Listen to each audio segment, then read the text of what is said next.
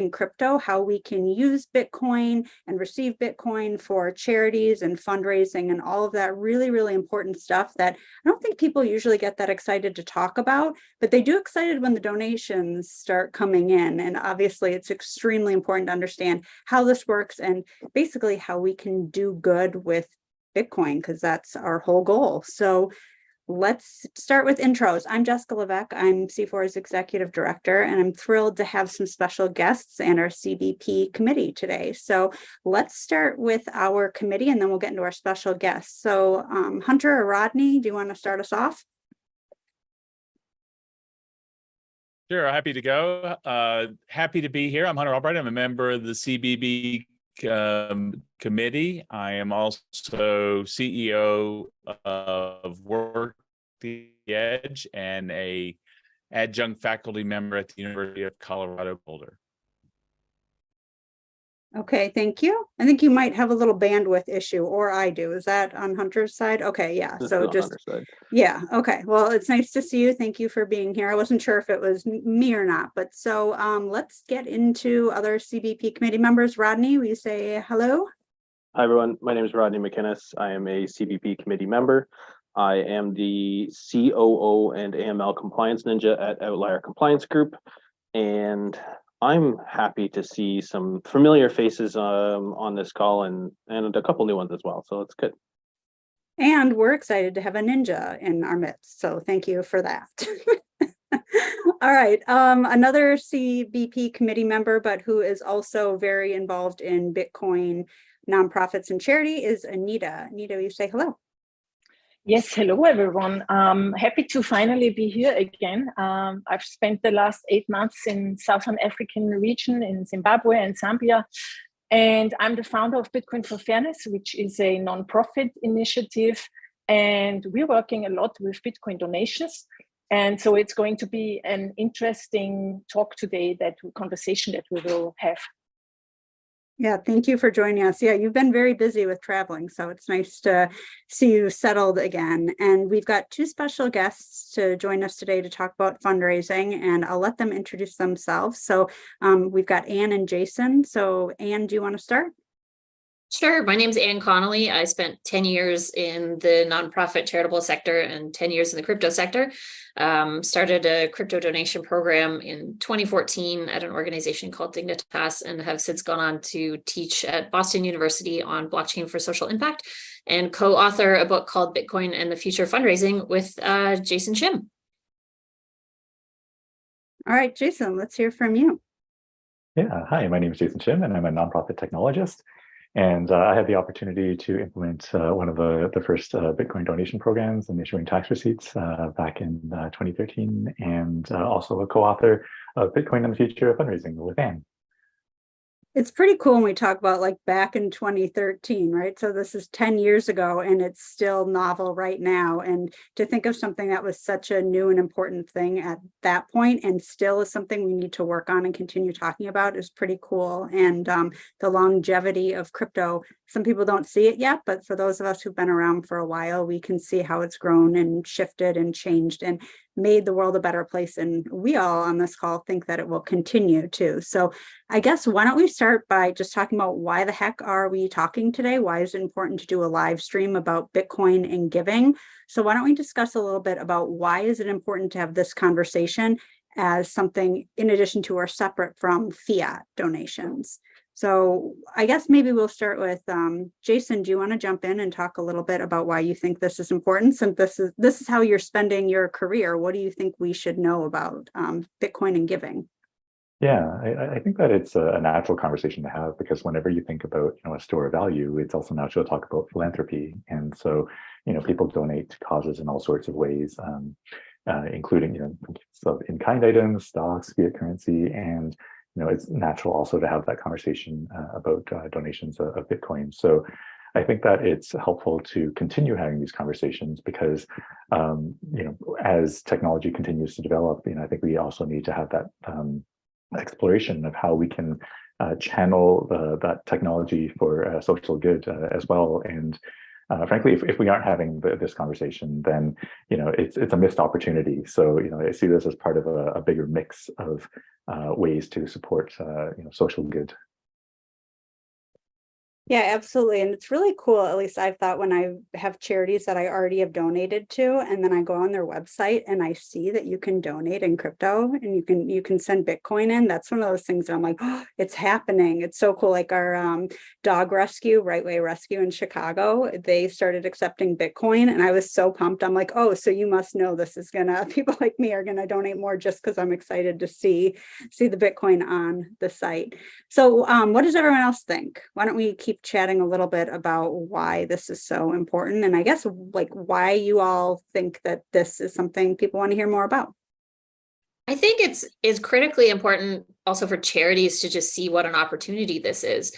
A lot of charities are struggling to get donations in from younger generations and younger demographics. And, when you look at demographics of ownership of Bitcoin and other crypto, it obviously skews very low. It's traditionally, people 24 to 35. A lot of them are male, which is, doesn't fit the traditional giving models. And so helping charities understand just the incredible opportunity, and then also, help them understand what makes crypto donors different. They're not like your average, 65-year-old woman donating. They're very different. So how can you communicate with them differently? What do they care about that makes their giving patterns different? And so helping, I think both sides communicate with each other is a really important part of this conversation. Yes, I would like to add also that, especially for me, I'm a Bitcoin educator. So as you all know, a Bitcoin has no marketing department. And if we want to grow adoption in the Global South, for instance, where we have a lot of problems with authoritarian rulers, because 54% of the world's population have to live under authoritarians. And for them, the possibility to receive donations in Bitcoin from anywhere in the world without the possibility for their government or their dictatorships basically to censor them, I think that's in itself a reason to use Bitcoin. And you can't do that with fiat. You can't do that with the US dollar or euros. It's not even about transaction fees, although they are also lower in Bitcoin. But it's about the possibility to send it in the first place without it being stolen immediately. Because I was in Zambia in April, and I gave a workshop to 50 human rights activists from all over Africa about freedom money. And that's Bitcoin. And some of them really told me, we often receive donations from abroad, but then the central bank or the government comes at us and says, you are a terrorist organization, and therefore we seize your funds from the bank. And that was it then. And so I think alone for that reason, Bitcoin is an important tool for charities and non-governmental organizations, human rights activists, and all sorts of activists. Yeah, absolutely. And thank you for the incredible work that you're doing, Anita. It's really neat to hear you talk about it. I see a lot of it online. We've talked a little bit about it, but it's always, it's so welcome to hear about good people doing good things. So I appreciate that. And do you want to talk a little bit more? You talked about how it's different with donating in fiat and in crypto. Do you want to talk a little bit more about that? I think that's really interesting what those differences are. You spoke about the difference between who's donating and what that looks like with demographics. That's do you have anything else to add to that? Yeah, for sure. The average crypto donation is 31 times larger than the traditional fiat donation. So you're looking at an average gift over $6,000. So, if charities are looking at the ROI on implementing, a crypto donation program, really for the average amount that a charity will get in every year after starting a program is about $26,000. And the startup costs of implementing a program are very, very low. And so I think, if charities can look at it from that perspective, that the ROI is going to be almost instant, and the amount of work to do that is low, it's a great thing to do. I think the other piece too is that most charities are limited to their geographic market. So if you're running a charity in Canada, your donation base is mostly going to be Canadian. And a lot of that has to do with banking. Some of the stuff Anita was talking about, the challenges of sending money overseas, the cost to do that is too high. But if I wanted to send a donation today to an organization in Ukraine, for example, the banking costs to make that gift make it not worthwhile to do. And so then my money gets funneled through a Canadian organization and the loss of donation as a part of all of those transactions is very high. But with crypto, I can send that money very quickly. Within 60 seconds, it can be right to an organization right on the ground without the loss of all those administration costs in between, which I think is fantastic. And that it enables those organizations to get funds from all over the world and suddenly have a donor base of 7 billion people instead of just what they are limited to as a result of the banking restrictions that they're working under. And so I think that's a really interesting angle for charities to look at is, hey, we've been trying to scrape away portions of the pie from within this national donor base, but now we can look at the world. We can look at people who are passionate about our work from anywhere, and enable them to donate and contribute to meaningful causes anywhere in the world. Yeah, and what you're saying about the amount with transaction fees, I mean, the inability to just send in for it to arrive, especially if it's money that somebody or an organization needs pretty quickly, but also to work hard for your money, pay taxes, and then to want to donate money and to not see all of that going to the charity of your choice. It's really unfortunate that they're not getting as much as they could because of these large institutions like banks who are taking quite a significant cut of the money for the transaction. So I think that's really important. There's also, I think, too, like a bit of a colonial aspect to the way that we do giving, where, the people who probably have the best solution are the people who are right on the ground, where they live and breathe the problems that they're experiencing. And so to donate to an organization in a different country that then has to set up operations in that foreign location, it's probably actually just not the best way to achieve the outcomes that we want to achieve. Yeah, I want to add to that. I think that's the great thing about Bitcoin, that you also, as an organization that is funneling it through, like Bitcoin for Fairness. For instance, we have a crowdfunding campaign on Gisa.fund, or also we have our own BTC Pay server, so we can receive donations directly. But then we basically send the funds immediately where they are needed to the people that we first get to know if they are trustworthy and things like that, and vet their projects. But basically, there's no overhead, and I think that's the great thing for Bitcoin donations, that they can be directly into the hands of the people. As the resident AML nerd, we've heard things about banks causing problems with money flows and stuff like that, and I mean that goes deep down into anybody sending fiat anywhere. Is depending on where that fiat is going, that's going to get heavily scrutinized. And for those higher risk sectors, their banking fees are higher as well because they're more work to manage and stuff like that. So you're seeing a lot of kind of the trickle down of the cost, affecting really the people that need it the most. And industries that are famous for getting de-risked, which is the term used when basically your bank calls you or sends you a letter that says we're closing your account either right now or within the next very, very short time frame. That it's very popular for charities is a big one that get de-risked, and crypto companies are a very big one that get de-risked. So you're in this very interesting kind of space where you're able to not necessarily circumvent that, but you're able to kind of go direct to the source by being able to charitably give that crypto directly, or that Bitcoin directly to whoever is on the receiving end of that, without having to, not only explain in great detail why you're sending that money to this, what's probably a high risk jurisdiction from an anti-money laundering perspective, which is not something that anybody really gets to decide except for FATF, which is the global body that kind of overlooks AML. But you're able to get into those areas that struggle to get money flowed into them by being able to do that directly without the need of a bank. Yeah, I think this might be a good time to start talking about the book that Jason and Ann wrote called Bitcoin and the Future of Fundraising. Will you guys explain a little bit about why you wrote the book and how it came about and what you think that it's doing to help change this landscape? And if there's anything in it that connects to what Rodney was just saying as well. Rodney, I'm going to put the FATF link in the notes as well for the talk.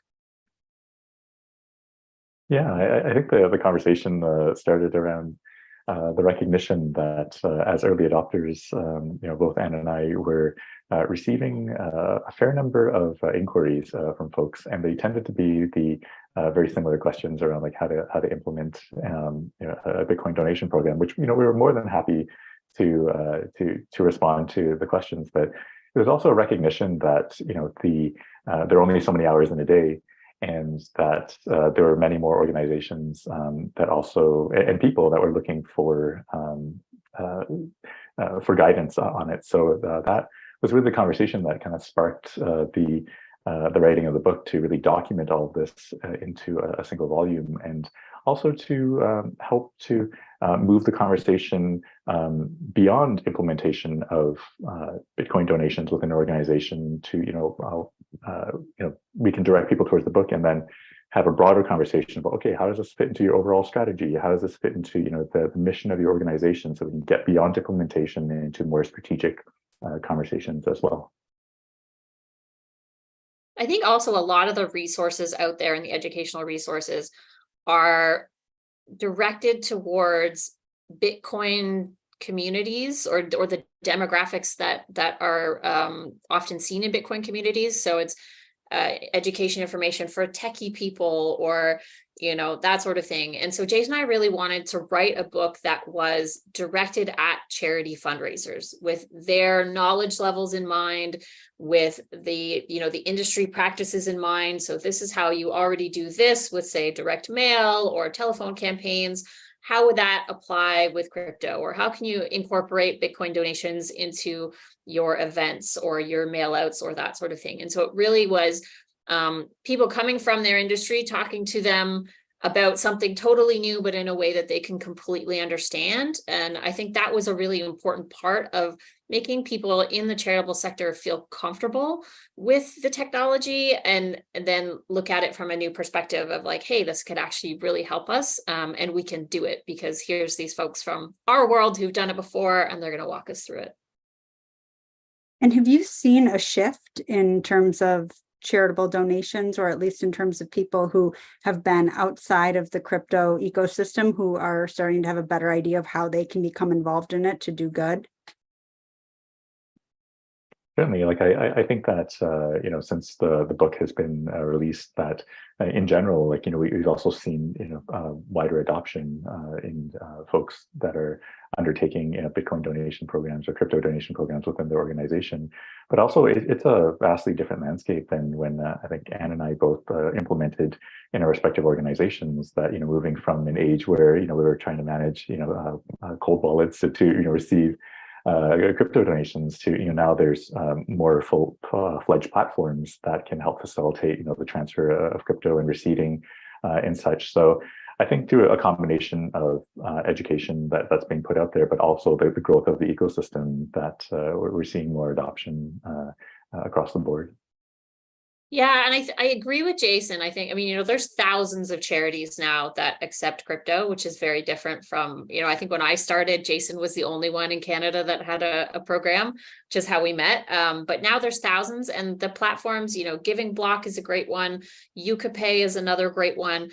But there's a number of them out there that are making the adoption of crypto super easy. And that's what I think is really helping the onboarding of charities into this sector, is just saying, we could do it all for you. We can accept your crypto. You'll get money in the bank account so that you can dip your toe in the water, feel comfortable, feel safe with all of it, but still get the benefits of connecting with this whole new segment of donors.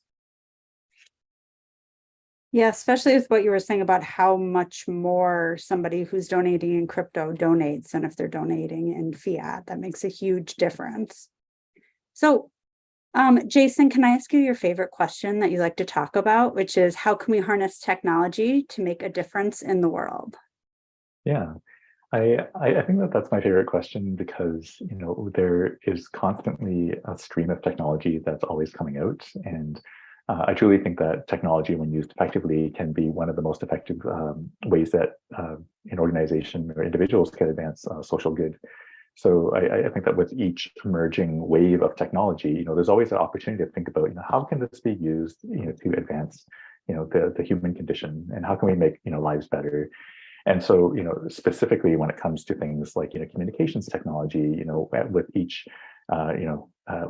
emergence of the telephone or, television or social media, I worked in very direct ways to identify, hey, social media specifically, like when working with youth, how can we use this to better, communicate with youth around certain topics that may directly impact them and such.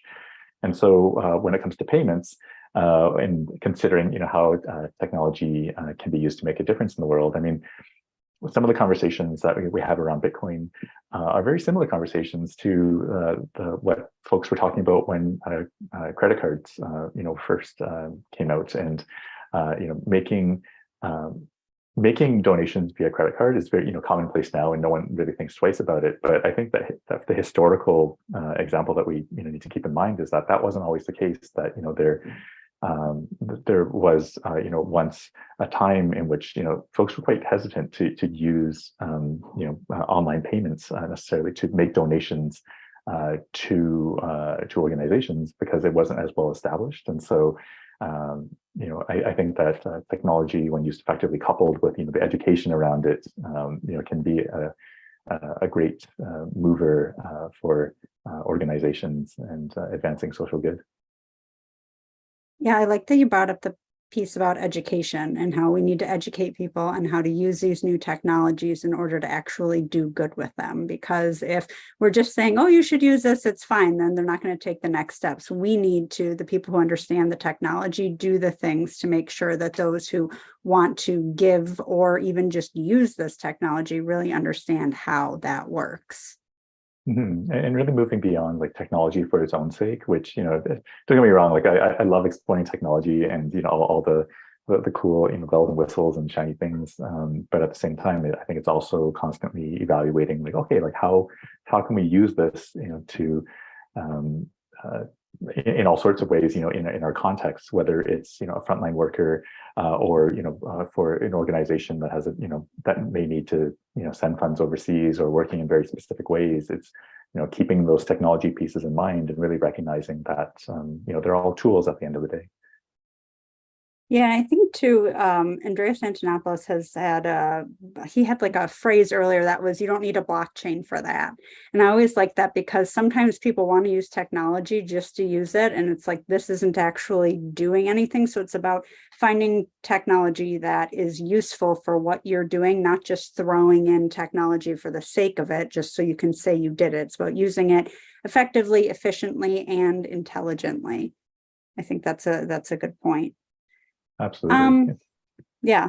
So what else should we know about this book that will help us in terms of either receiving charitable donations or if we want to give? Is there anything else that you think is like a key piece that somebody should be aware of within donating? And Anita, I want to hear from you as well, just in terms of what your charity is doing. So Anne, I don't know if you want to start with that part of it. That question was all over the place.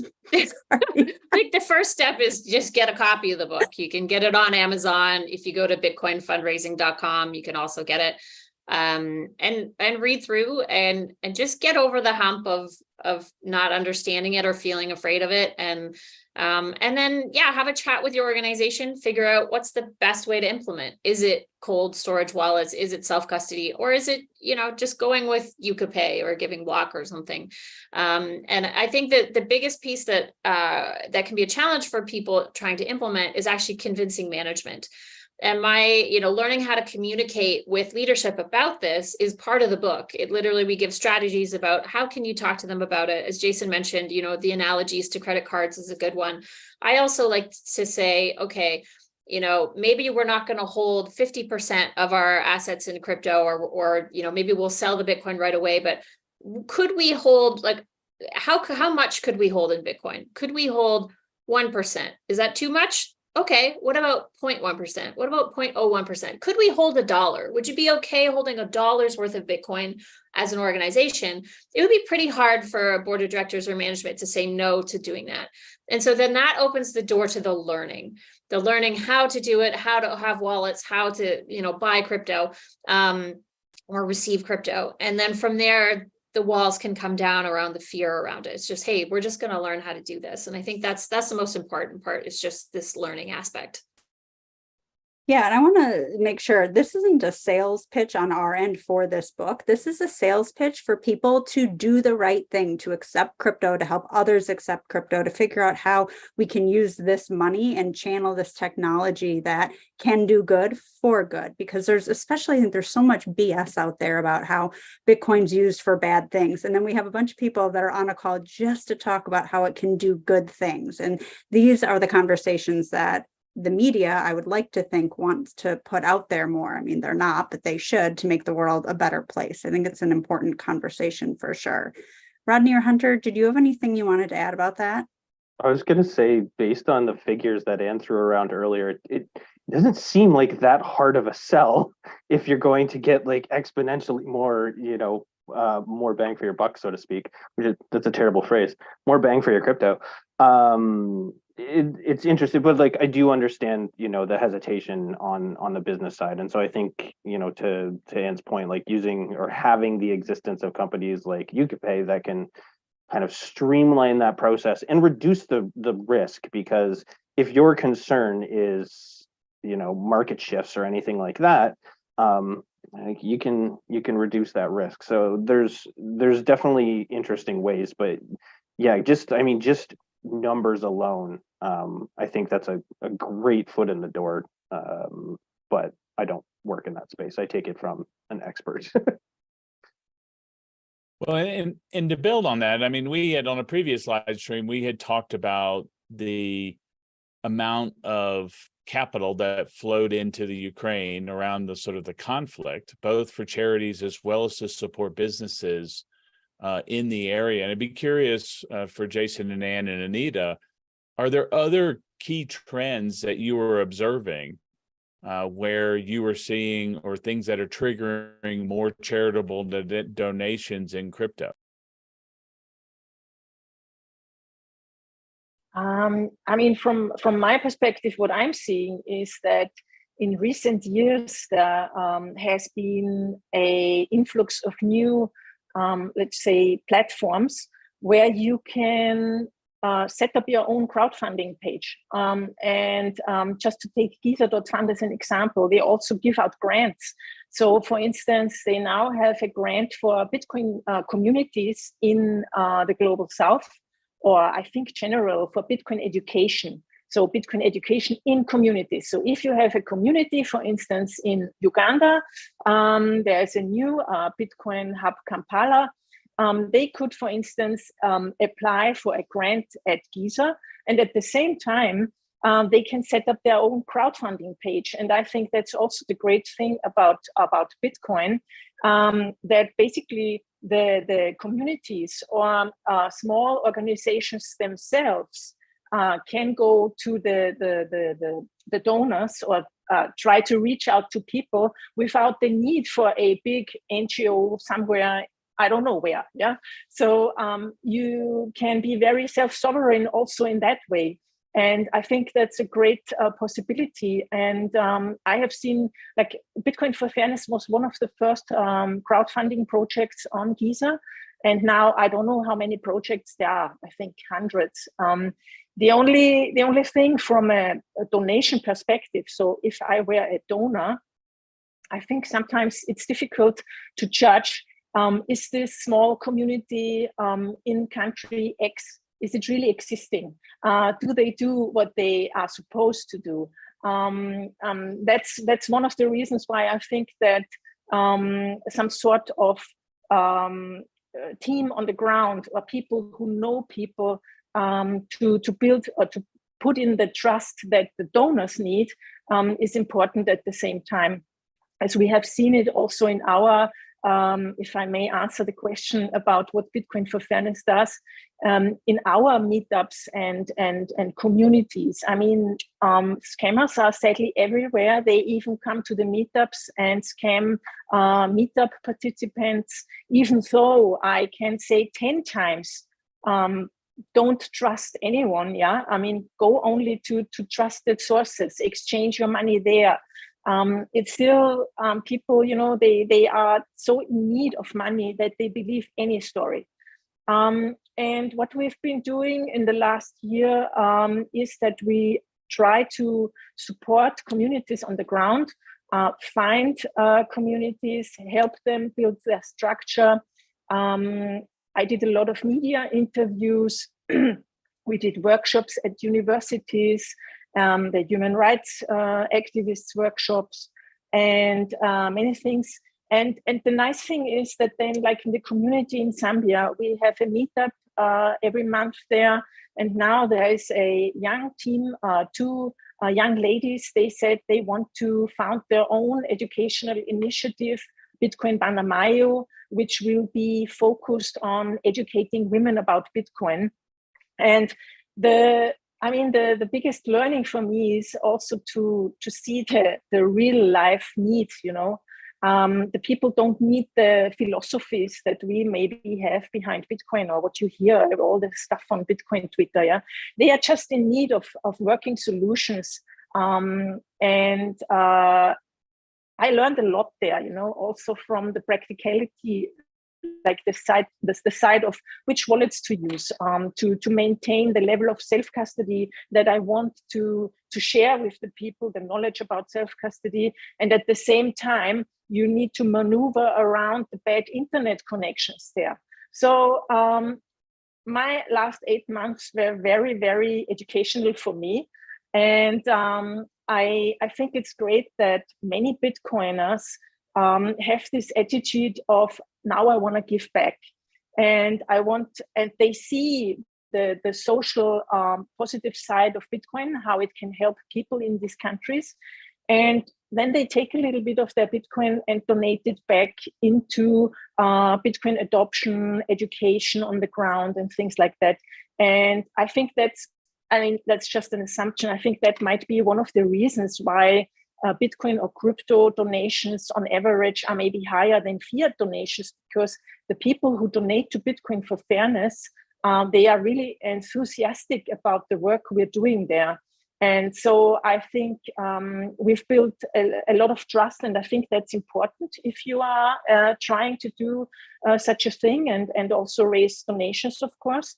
And I'm very amazed by how many people give back in Bitcoin, and that's great.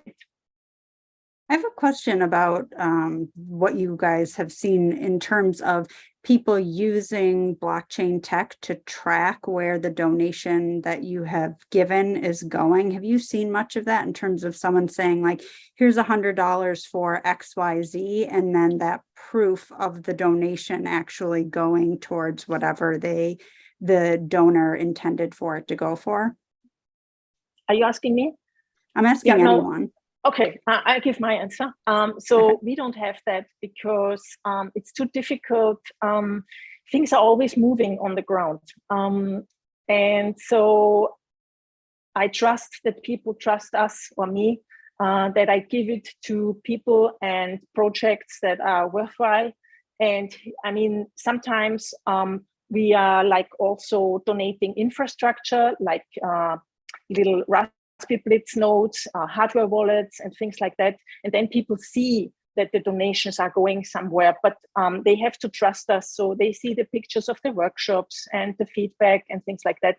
So we don't have that. Well, I was just going to say that I've donated to Bitcoin for Fairness, and I see what you guys are doing, all the great work you're doing on Twitter. And so it's clear that you are actually boots on the ground. Plus, I've talked to you and you've been in many, many other countries. But I do think there's this really cool use case for proving where the funds go. But I totally agree, the overhead of doing that, especially for smaller organizations, can be difficult.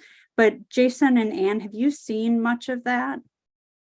I know there was a lot of talk about that, and BitGive Foundation was working on that for a long time. My view on it is donors don't actually care if it goes where it's supposed to. They care that the money creates the outcomes that they want to see. And so I think that traceability is more about tokenized impact or looking at, proof of impact, as opposed to, the money didn't get siphoned off somewhere in between. I think it's really, did the money actually create the change we wanted it to see? And that's where we're seeing platforms like IXO and Proof and Outcomes X that are looking at these types of tokenized impact outcomes and then trying to create tokenized impact marketplaces, similar to, say, a carbon credit system where one particular group will create the outcomes, someone else will buy them, sort of a retroactive funding model. They're certainly quite complex for the traditional charitable market. So we'll see where that goes and whether they take off in any meaningful way. But when I talk to donors, they don't, I think, as Anita says, like by the time that you've decided to make a donation to an organization, you've built that trust already. And there's not necessarily as much of a concern that the money is not going to get there. And I think, if that organization isn't able to show the outcomes from the money that you gave, that's when you may re-evaluate that trust. But I don't think the money being tracked is quite the pitch that maybe initially Bitcoin people thought it might have been. Well, I think that's good news to hear, because that means that people who want to use platforms like you brought up, YukaPay or other platforms where you can donate and then it can be given in a different type of currency, makes it a lot easier too, because then if people aren't concerned about the tracking of it, then they can just donate and see what, the larger big picture of what's being done rather than focusing on those little bits and pieces. Yeah.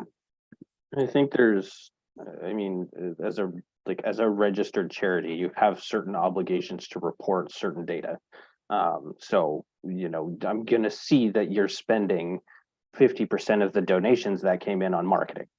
And then I'm going to hesitate and be like, maybe I'm going to give this to somebody who's actually sending more money or a higher percentage of money to the problem I am trying to solve. So while it may not be tracked from a, per transaction on a blockchain type of reference point, there is still an overarching, here's, our financials for the year and where we spend money, basically.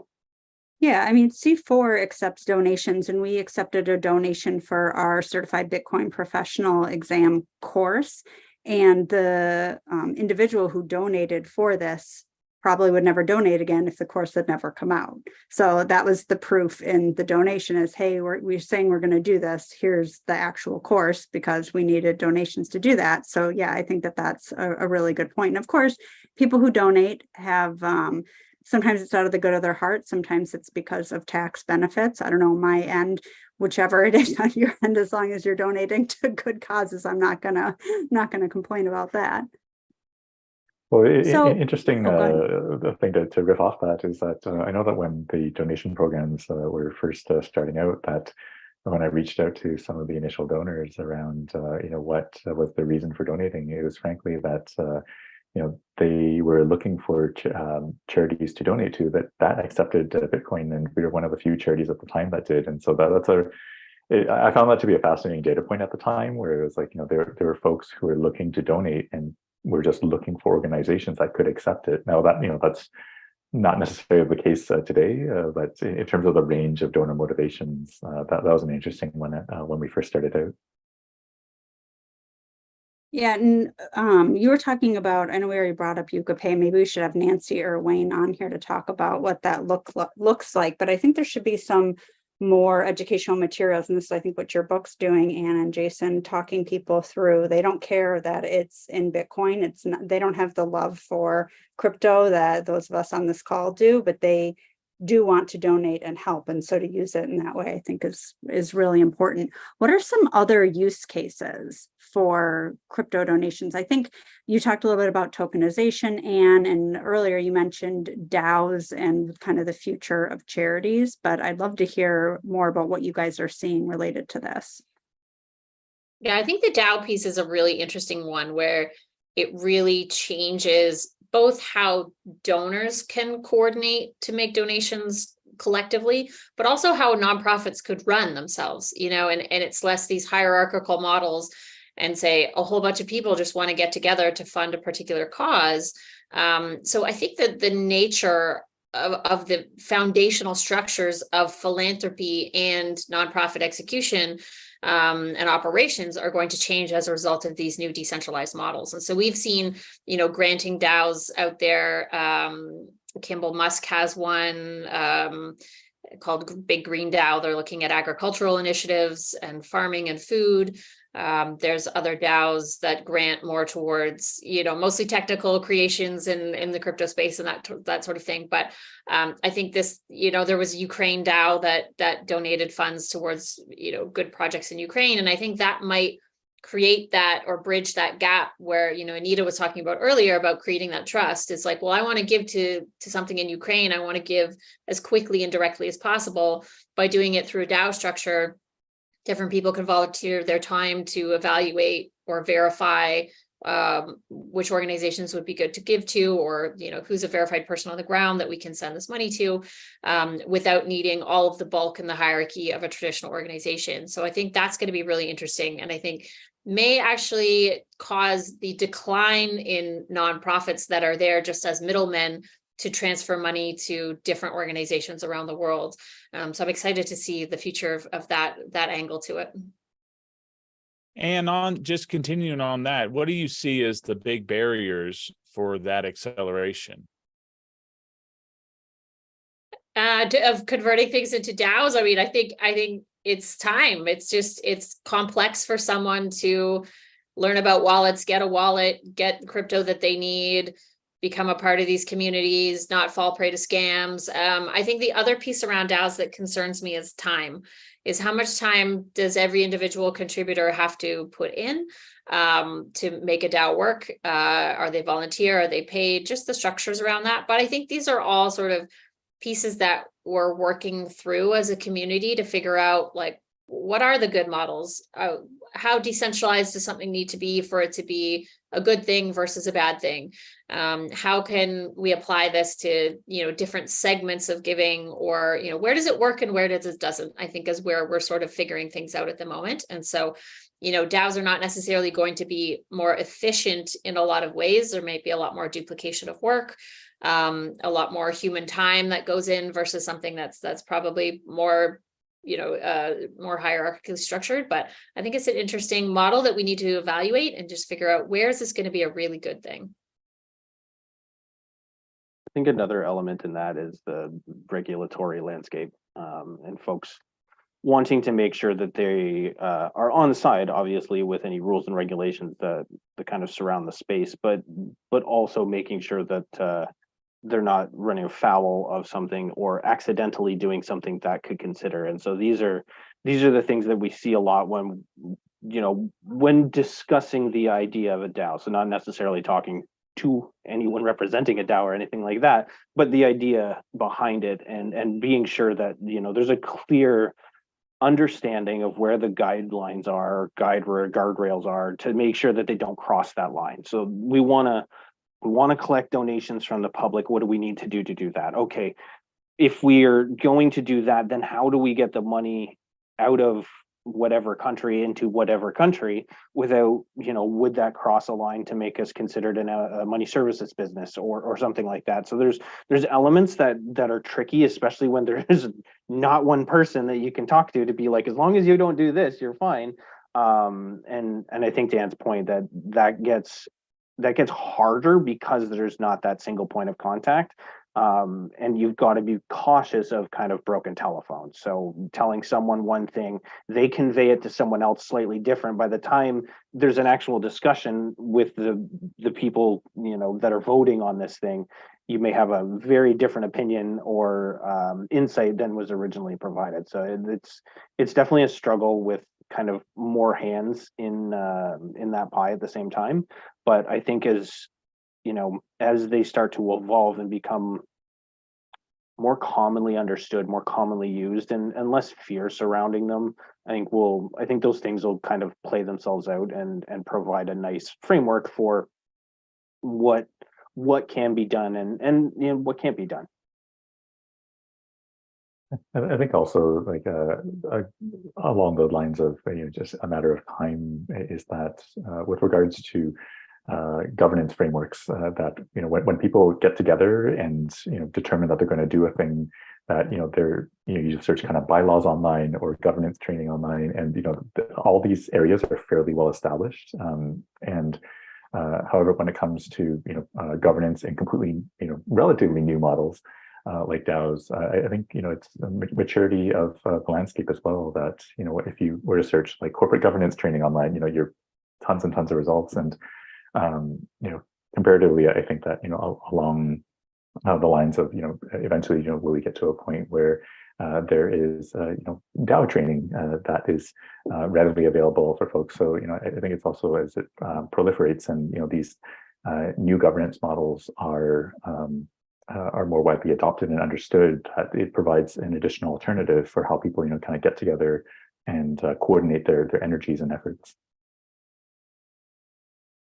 Yeah, for sure. So we're getting close to the end of our time. So I wanted to ask, how can we leave here today and make the world, just a small ask, right? How can we leave here today and make the world a more charitable place using Bitcoin and crypto? What do you all think? Buy Anne and Jason's book and go visit Anita's website. And give all your money to C4. Is that all of it, but like some. Yeah, so basically do go, but how do we get people to do that? I think it's easier to talk about it, I'm sure, than it is to actually do it. So what ideas do we have? Anne, do you have some?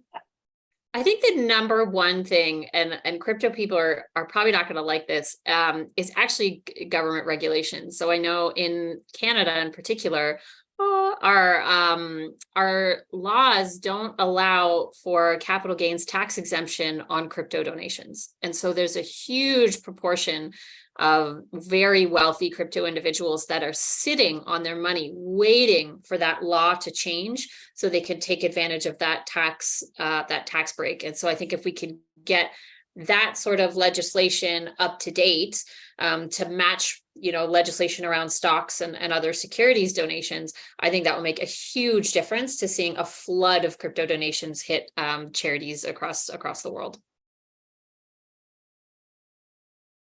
And build on that, I would also encourage just more charities to look at accepting crypto and Bitcoin.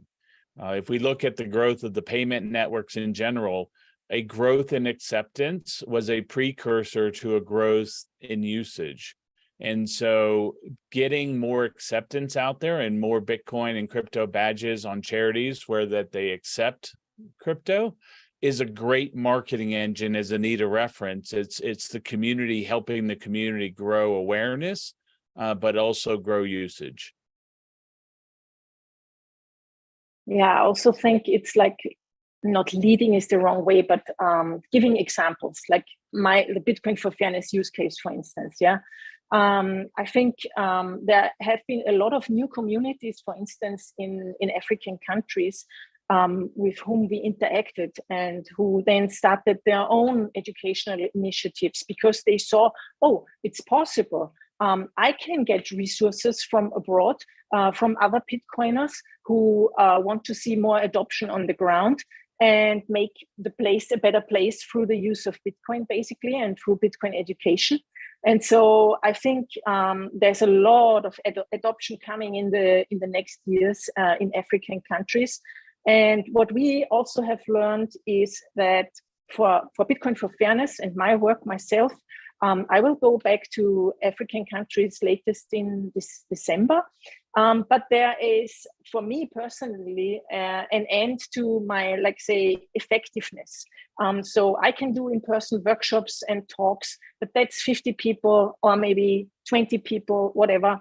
So I'm building at the moment a scholarship program, which is called Crack the Orange, where aspiring Bitcoin educators and community leaders or builders in the Global South can apply to be basically in a community of educators and like-minded people to learn about Bitcoin, about self-custody, about privacy and things like that. And donors can then basically fund or donate to those scholarships so that people from Africa can afford to come to the course and be educated. And I mean, my goal would also be that the next step for these Bitcoiners from African countries is that they can do the CBP, so that they then could work from Africa for companies in Canada or the US because they accept the CBP. I love that. That's wonderful. So anybody else have anything you want to jump in to say before we close about either what you're working on or about Bitcoin and doing good? Yeah, I think that there's a incredible value to just learning about Bitcoin for organizations, and regardless of whether or not there's an implementation, that is that the process of implementation itself, whether it's Bitcoin, crypto, or and other things, is that it also helps an organization to examine how are they implementing technology internally, because Bitcoin is not going to be say the first or the last technology that organizations may take on or implement.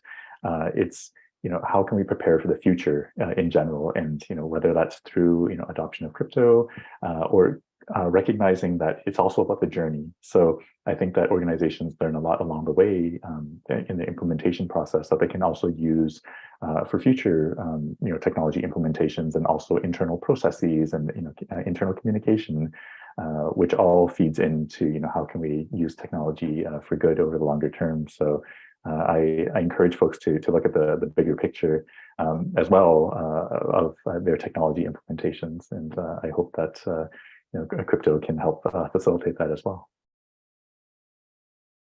Yeah, so I think we'll leave with saying that do good in the world. Check out Bitcoin and the future of fundraising. Head over to Bitcoin for Fairness. We put the links in the chat on YouTube, so feel free to head over to there and just do good. Let's change this conversation about what Bitcoin and crypto is doing in our world and focus on the good things that we are all doing to make the world a better place. So just a small ask, make the whole world a better place. That's all we ask.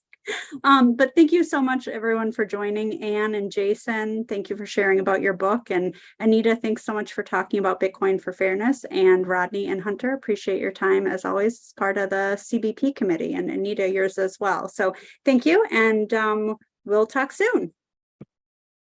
Thanks, everyone. Bye. Thanks, everyone. Bye.